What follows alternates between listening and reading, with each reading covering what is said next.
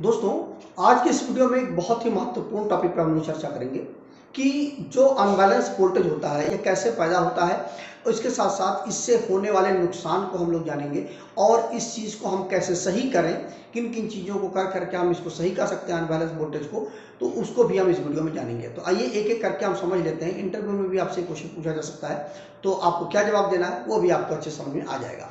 तो देखिए, सामान्य रूप से जो हमारा इलेक्ट्रिकल सिस्टम होता है वह थ्री फेज का होता है। थ्री फेज की जो सप्लाई होती है वो हमारे इलेक्ट्रिकल सिस्टम में जाती है और इस सप्लाई को हम एक बैलेंस सप्लाई या बैलेंस इलेक्ट्रिकल सिस्टम कहते हैं। इसमें क्या होता है कि जब हमारा वोल्टेज इसमें बैलेंस होता है, जिसकी वजह से जो उसमें से निकलने वाला जो करंट होता है वो अभी हमारा बैलेंस होता है। मतलब जब वोल्टेज बैलेंस है तो करंट भी हमारा बैलेंस होता है। तो इस पूरी प्रक्रिया को हम एक बैलेंस सिस्टम बोलते हैं।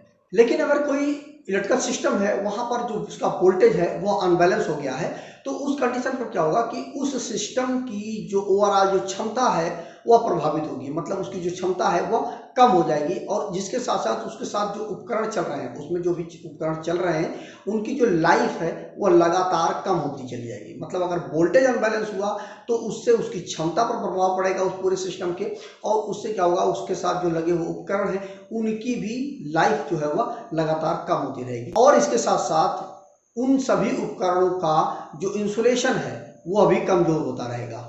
अब जैसा कि मैंने आपको अभी बताया था कि जब हमारा वोल्टेज बैलेंस होगा तो करंट भी बैलेंस होगा, लेकिन जब वोल्टेज आपका अनबैलेंस होगा तो उस कंडीशन पर आपका करंट भी अनबैलेंस होगा। क्योंकि जो वोल्टेज है वो अनबैलेंस हो गया है तो उस कंडीशन पर मोटर पर क्या प्रभाव पड़ेगा। तो देखिए, जब भी वोल्टेज अनबैलेंस हो जाएगा तो मोटर का जो टार्क है वह बैलेंस नहीं रहेगा। मतलब एक समान टार्क मोटर नहीं दे पाएगा। मतलब मोटर का जो टार्क है वह कम और ज़्यादा होता रहेगा। इसको हम पल्सेटिंग टार्क भी बोलते हैं। अब जब वोल्टेज अनबैलेंस हो गया तो उससे जो कनेक्टेड जो भी उपकरण है, जैसे कि मान लीजिए हमारा मोटर है, उसमें वाइब्रेशन होने लगेगा। अब जब उस मोटर में वाइब्रेशन होने लगेगा तो उससे क्या होगा कि मोटर की जो लॉसेज हैं वो बढ़ जाएंगे, जिससे मोटर में अनवांटेड हीट उत्पन्न होने लगेगा। मतलब मोटर में हीटिंग ज़्यादा होने लगेगी और यह हीटिंग इतनी ज़्यादा बढ़ जाएगी कि मोटर आपकी जल भी सकती है।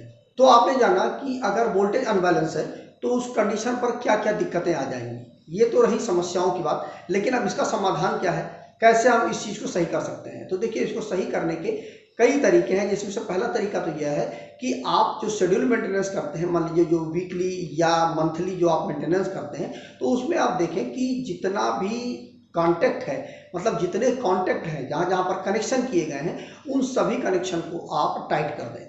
उससे क्या होगा कि जब कनेक्शन को आप टाइट कर देंगे तो उससे लूज कनेक्शन की जो समस्या होगी वो नहीं होगी, जिसकी वजह से जो अनबैलेंस जो वोल्टेज है उसकी समस्या उत्पन्न नहीं होगी। उसके साथ साथ जो आपका कॉन्ट्रैक्टर वगैरह है उनको आप प्रॉपर तरीके से उनकी किट को आप क्लीन कर दें, जिससे क्या होगा कि उनके बीच में कार्बन नहीं रह जाएगा, और जब कार्बन नहीं रहेगा तो वो पूरा का पूरा प्रॉपर वोल्टेज को पास आउट करेंगे, जिससे अनबैलेंस वोल्टेज की जो समस्या है वो दूर हो जाएगी। और इसके साथ साथ अगर आपका वोल्टेज जो है वो अनबैलेंस है तो वहाँ पर आप एक चीज़ ये भी देख सकते हैं कि जो आपके ट्रांसफार्मर का जो न्यूट्रल है उसको भी एक बार आप चेक कर लें, कहीं वो न्यूट्रल भी आपका लूज तो नहीं है। अगर लूज है तो उसको आप टाइट कर देंगे तो उससे भी आपकी जो अनबैलेंस वोल्टेज की जो समस्या है वो दूर हो जाएगी। तो इस तरह से आप 3-4 चीज़ों को करके आप उस अनबैलेंस वोल्टेज की जो समस्या है उसको दूर कर सकते हैं। तो मुझे उम्मीद है आपको अच्छे समझ में आ गया होगा कि अनबैलेंस वोल्टेज क्या होता है, इस समस्या को कैसे हम सही करें, इससे क्या क्या नुकसान होते हैं।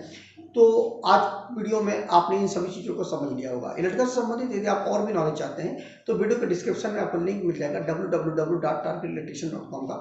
वहाँ पर जाकर के आप इलेक्ट्रिकल से संबंधित और भी नॉलेज ले सकते हैं। तो आज वीडियो में इतना ही। नमस्कार दोस्तों।